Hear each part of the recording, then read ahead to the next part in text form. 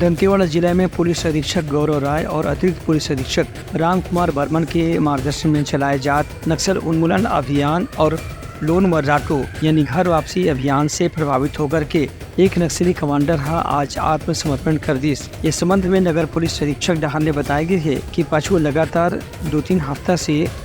दंतेवाड़ा जिला के अंदरूनी जंगल इलाका में लोन वर्राटू अभियान चलाए जात रही से और नक्सली संगठन में सक्रिय लोगन मन